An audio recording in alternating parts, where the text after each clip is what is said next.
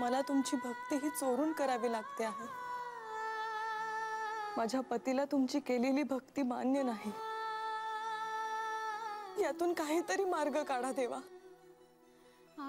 भक्ताला आपल्या आराध्याचे नावही घेता येऊ नये अशी परिस्थिती का देवा?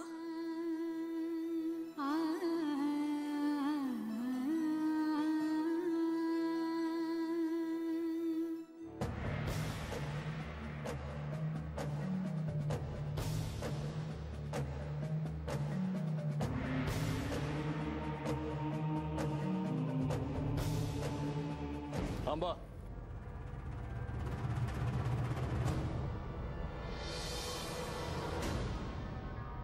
कुठे गेला होतात?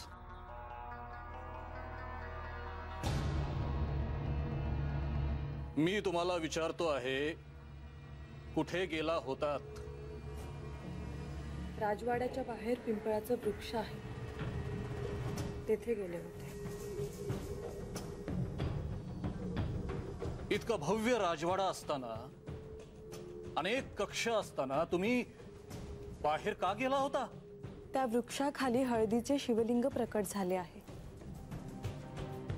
हळदीचे शिवलिंग म्हणजे श्री खंडेराय। त्यांचं शांतपणे स्मरण करता यावं यासाठी एकांतात गेले होते। पण तुम्ही जात आहात हे मला का नाही सांगितलं?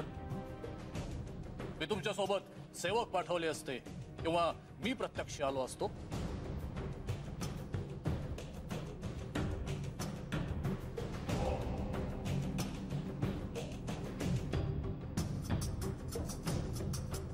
देवा, तुमची भक्ती करताना यांच्या मनातला संशय आड येतो आहे।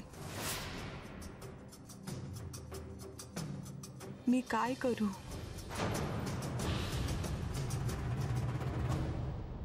तुझी प्रार्थना माझ्यापर्यंत पोहोचली आहे। चिंता नसावी, लवकरच आपली भेट होईल। आणि केवळ भेटच नव्हे तर माझा आणि मानूचा विवाह हा नळदुर्गाला होईल। माझ्या भक्ताला प्रसन्न करण्यासाठी हे मंगल कार्य तेथे होईल। आणि हा विवाह नळदुर्गाला तुझ्या उपस्थितीत झाल्यामुळे अनेक शतक, अनेक वर्ष तुझी आठवण राहील।